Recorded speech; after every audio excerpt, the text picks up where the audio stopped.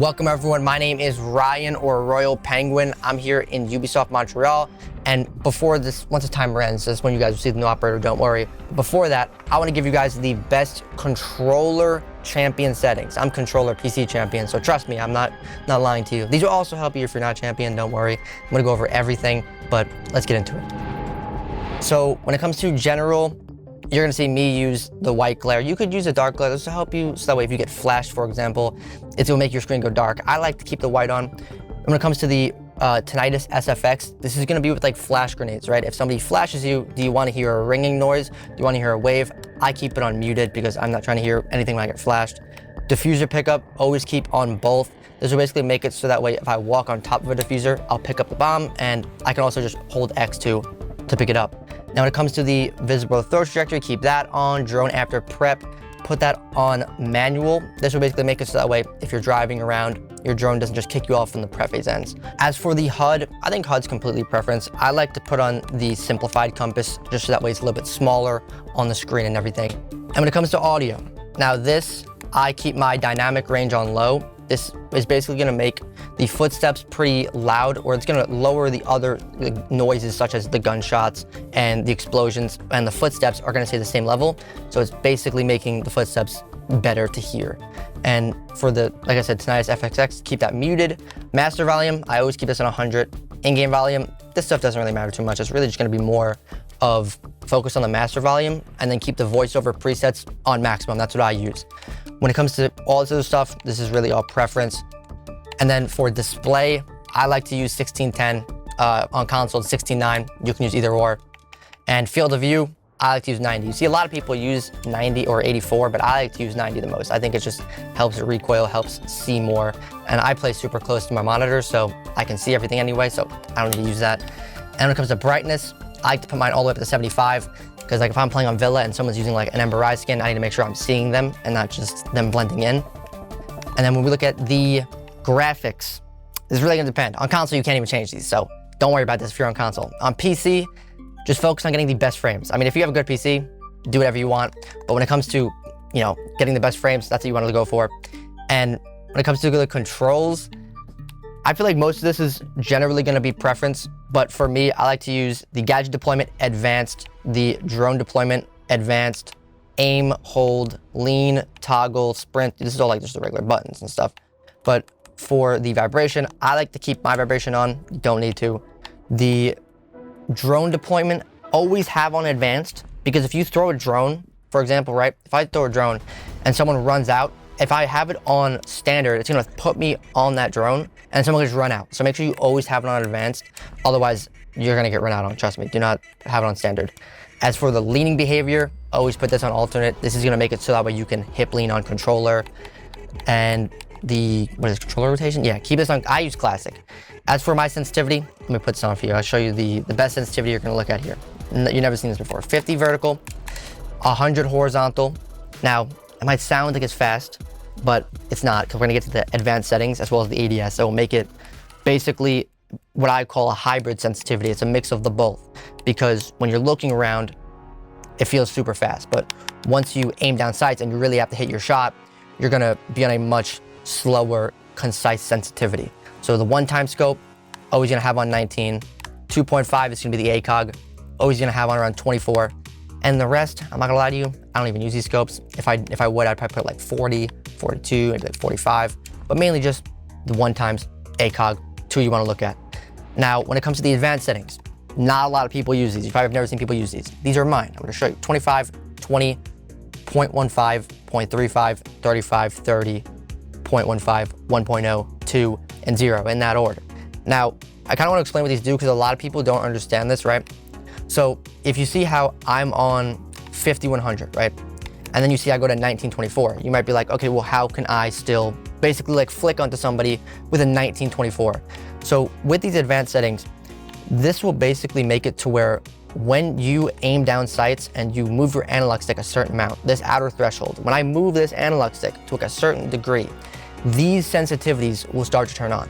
But it won't turn on instantly or else your aim would be terrible. So if you look at something like the ADS horizontal acceleration, the ADS vertical acceleration, the ADS acceleration delay, and the ramp up time, This basically means that when I move my analog stick, as we saw at the outer threshold, it's gonna take around 0.15 seconds for anything to really happen. And then it's gonna go up by 35. But it's gonna take an entire second to ramp up, because if we just went from our 24 ACOG to plus 35, your aim would be crazy. So you wanna have it gradually go up. So that's why we see the 0.15 seconds before it really goes up, a full 1 second to get that additional 35, which then helps you when you have to, like, for example, flick onto somebody. So having these advanced settings and really fine tuning these will just help you with your aim overall and just help you use this sensitivity. I wouldn't really use a sense without it, because it just makes everything feel really smooth. So that's why I would use advanced settings. Now, when it comes to the privacy, this is all preference, but accessibility, this is important. Let me show you. So with accessibility, screen shake intensity, always have off. This is like if somebody throws a fuse or a grenade, your whole screen's gonna shake. You wanna have this off. Motion blur, I keep my motion blur on. Tinnitus, we already have that on muted. And a lot of people ask about optic color. This is all preference. Honestly, the only one I would not use is like white, because if I'm playing Coastline, I look outside of a window, I can't see out there. So I like to use either a light green or just dark green. Optic opacity, a lot of people you'll see use between 75 to 100. I think this is more preference. I keep mine on 100, I'm not gonna lie to you, but that's just what I've always used. But a lot of people do use a lower one. All right, now that you have seen the best controller settings, the ones that I've gotten controller PC champ with, let me show you the best shooting range settings as well for this challenge. We're gonna have 60-second duration, big ball, 4 targets, idle movement speed, random distance, and infinite magazine ammo. But let me show you why these settings are the best. Let's go try this out. All right, let's begin this. Using the SMP12 might not be the greatest idea, as long as I don't start double shotting, I'll be fine, but let's lock in here, hold on. And keep on ADSing so it's a faster time.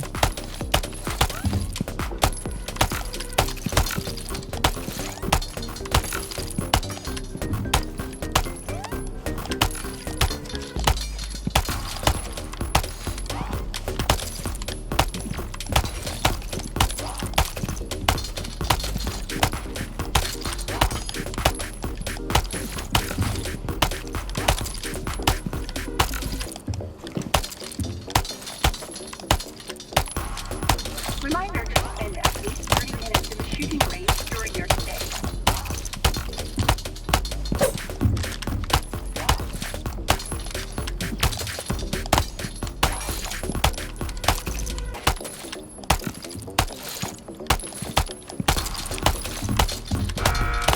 $67. All right, I'll take 67. At 6-7, I'll take it.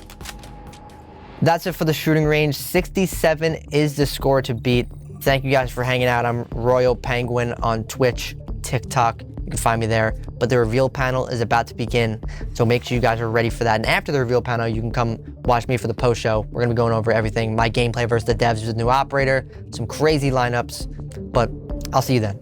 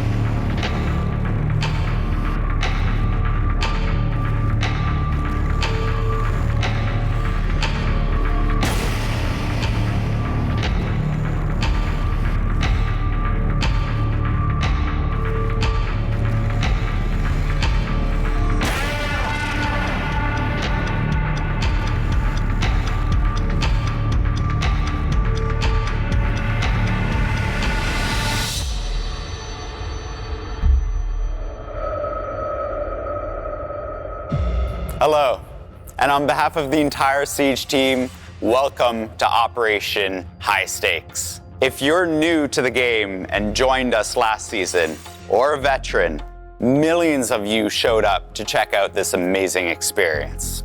And we're building on top of that now.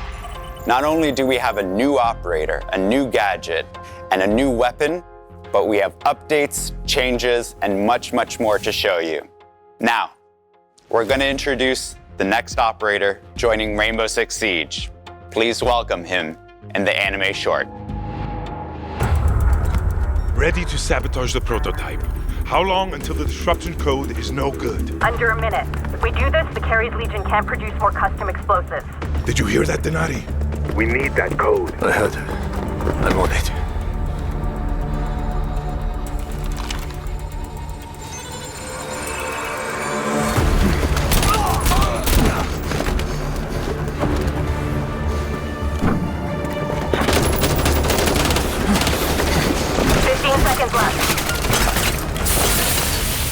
Now or never. Good luck, mi amigo.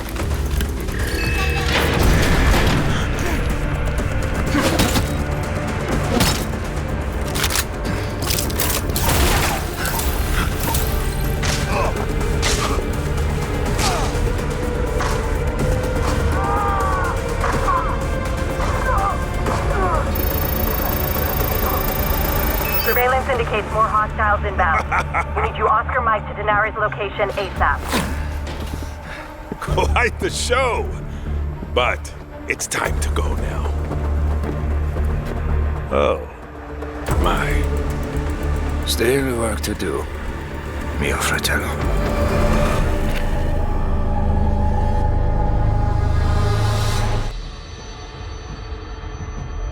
What you just witnessed in that anime is in fact the second assignment that you'll be able to experience yourself in Dual Front when Season 3 launches. Players will be tasked to take control of a carry safe room in the central of the neutral sector. Using a breaching payload that Dokubi gave us, thanks to the fact that we rescued her last season, that you need to activate in a hub computer in the center of the room and wreak havoc by downloading all their information and really figuring out how to stop them once and for all. But warning, when you do this, indestructible walls will close off the doorways you use to get into the room. So what does that mean? Anyone who's inside can no longer get out, and anyone who's outside can no longer get in. Now, this is Siege. There are more ways to get into a room than through the doorway. So think creatively on how to regain control of that safe room. And to all those bringing those out-of-box strategies that we're seeing in Dual Front with the combinations of our attackers and defenders, thanks for joining in, and we'll be continuing to evolve this mode over time. We'll be adjusting key game settings, bringing more operators to the mode, and of course balancing, as well as looking into making the mode more rewarding overall. So again, thank you for joining in. So we love what's going on in the district map, but we should talk about something that we mentioned at the Reload event. 3 new maps are joining the modernized pool: Nighthaven, Lair, and Consulate. Now, when you jump on these maps, try not to get distracted by how gorgeous they are, because they have all that new lighting, new textures, new materials, and of course, the new gameplay destructible ingredients. And as a reminder, 3 new maps will be modernized every season.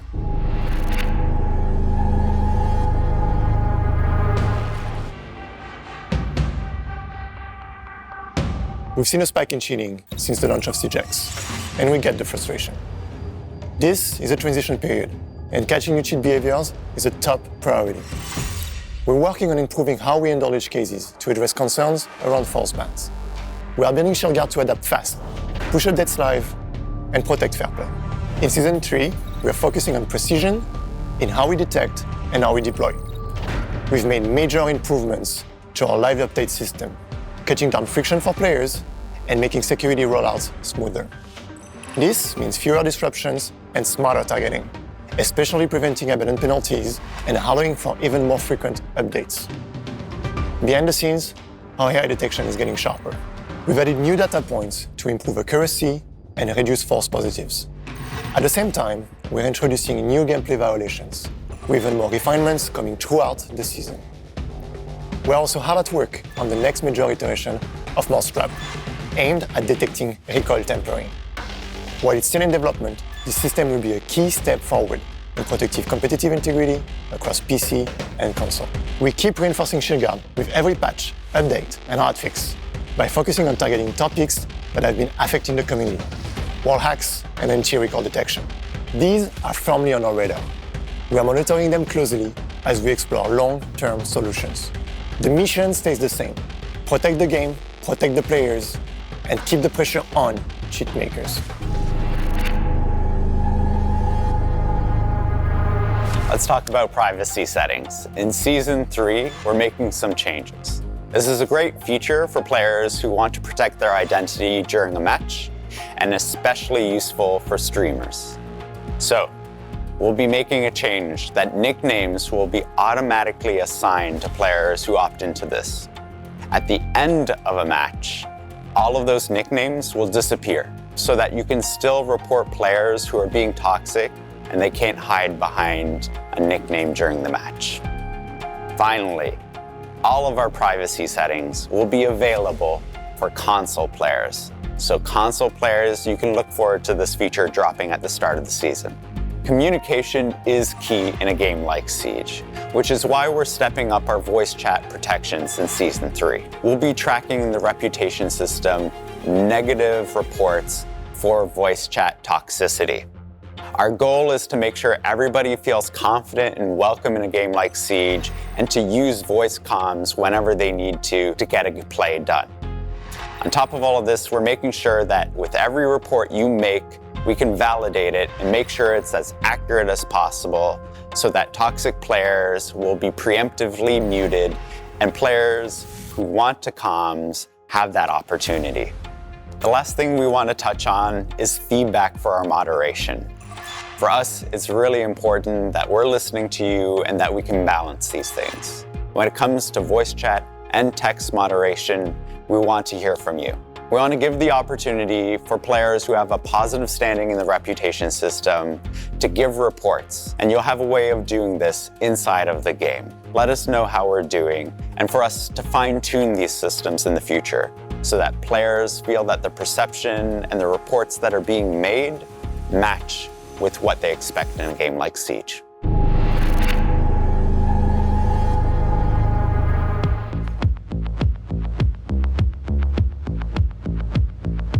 In Year 10 Season 2, we introduced the Esports tab, with a focus on what is happening live and the schedule.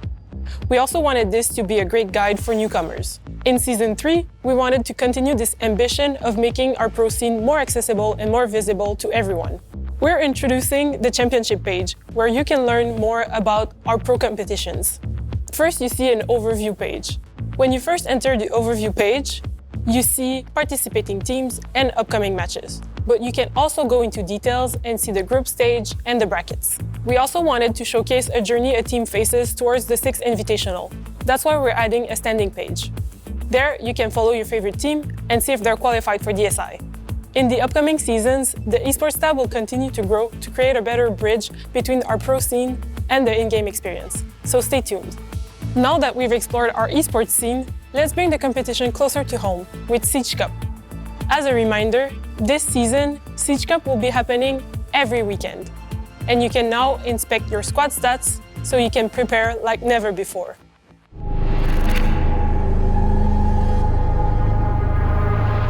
Now, before we dive deep into balancing, I'd like to take the opportunity to talk about the audio system update.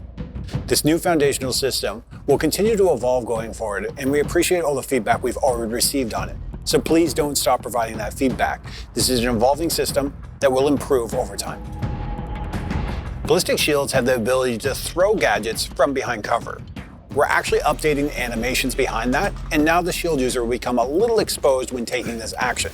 It's important to remember this when you're deploying those gadgets. Moving to our operators, Blackbird will receive 5 changes. 1, he can no longer break through a full health barricade while on rappel. 2, ADS is now blocked and cancelled when rappelling in through a window. 3, the shield now folds completely while reloading. 4, the MK17 will have a reduction in ammo capacity, meaning 5 less rounds in each magazine. And 5, the hull adaptive shield will have 1 less breach charge.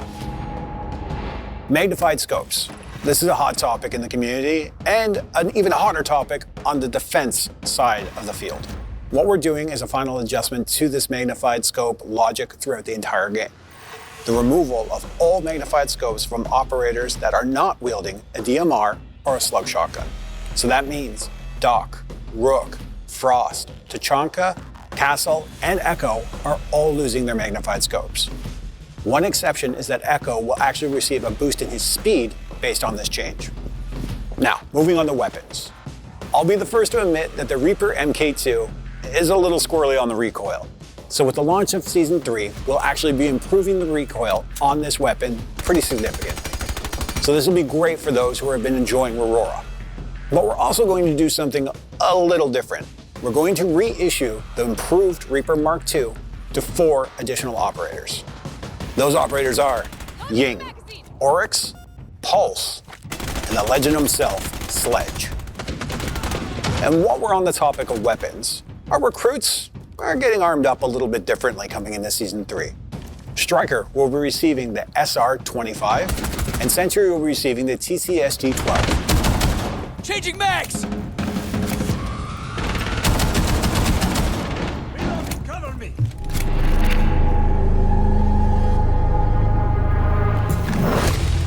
You made a bad bet. Play the odds and risk it all. But you're playing my game now. And I'm here to clean house.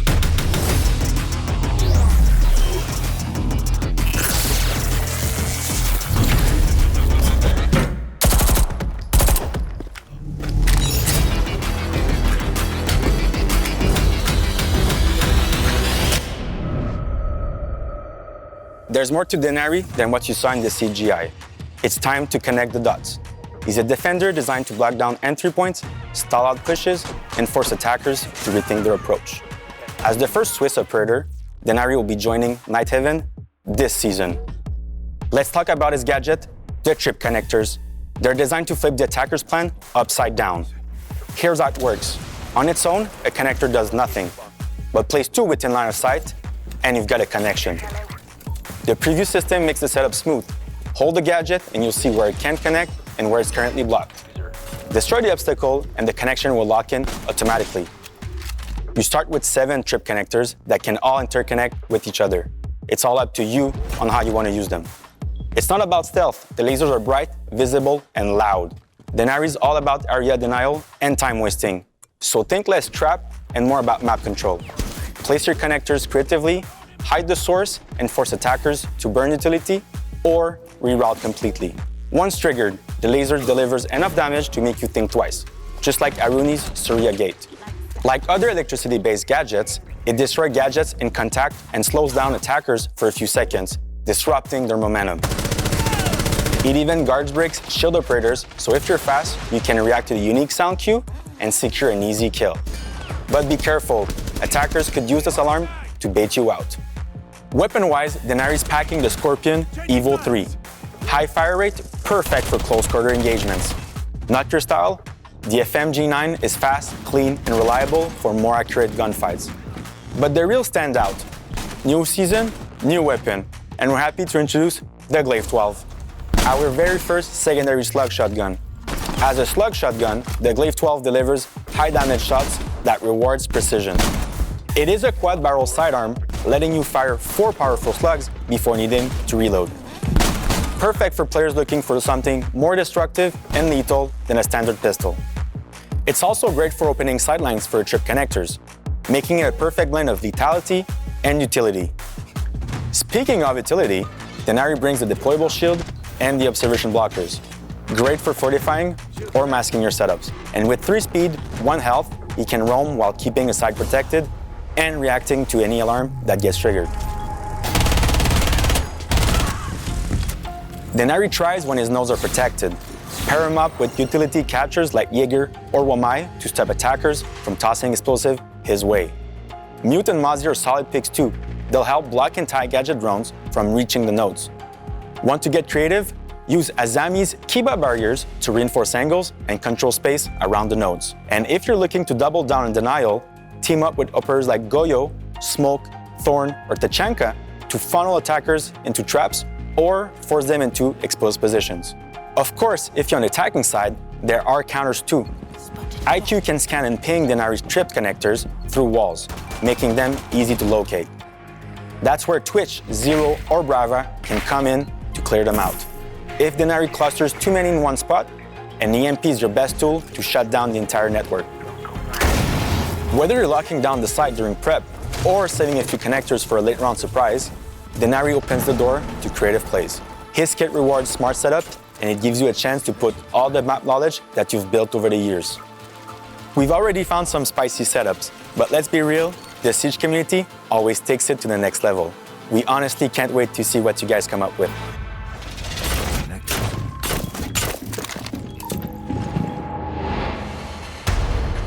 I got to play the new operator Denari, and he is by far the most creative operator that you can use. Let me explain. The new operator has like literally unlimited different scenarios that you can do. You can set some up across the map, and you can use that secondary shotgun, the Glaive 12, with the trip connector, and you can connect these, and you can do it, you know, in the ground with place one in the ceiling. I don't think we've ever seen anything like this in Siege, because I can place these on stairs now. It's not like I just have to place stuff on doors or on windows. You can literally place these in between two couches. There's just so many possibilities that you can do with the trip connector. There's gonna be so much stuff that people are gonna see with this. His loadout is honestly one of the best in the game, in my opinion. And then on top of that, you have the Glaive 12 slug shotgun, and it just always helps to have a secondary shotgun. Everyone loves operators with secondary shotguns.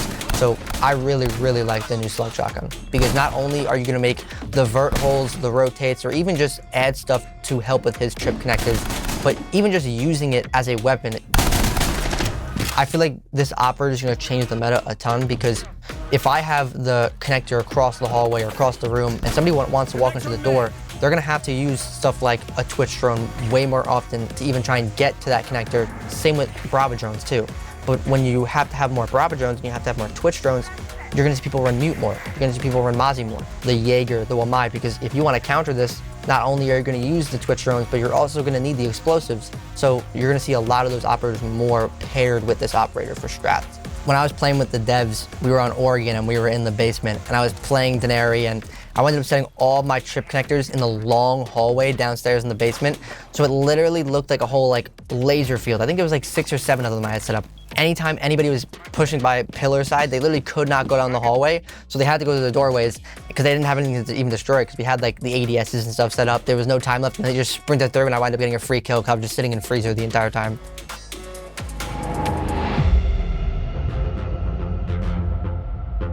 That's a wrap for Operation High Stakes. We're building on the momentum of SiegeX, and this is a season of reaction where we're making updates and changes based on your feedback.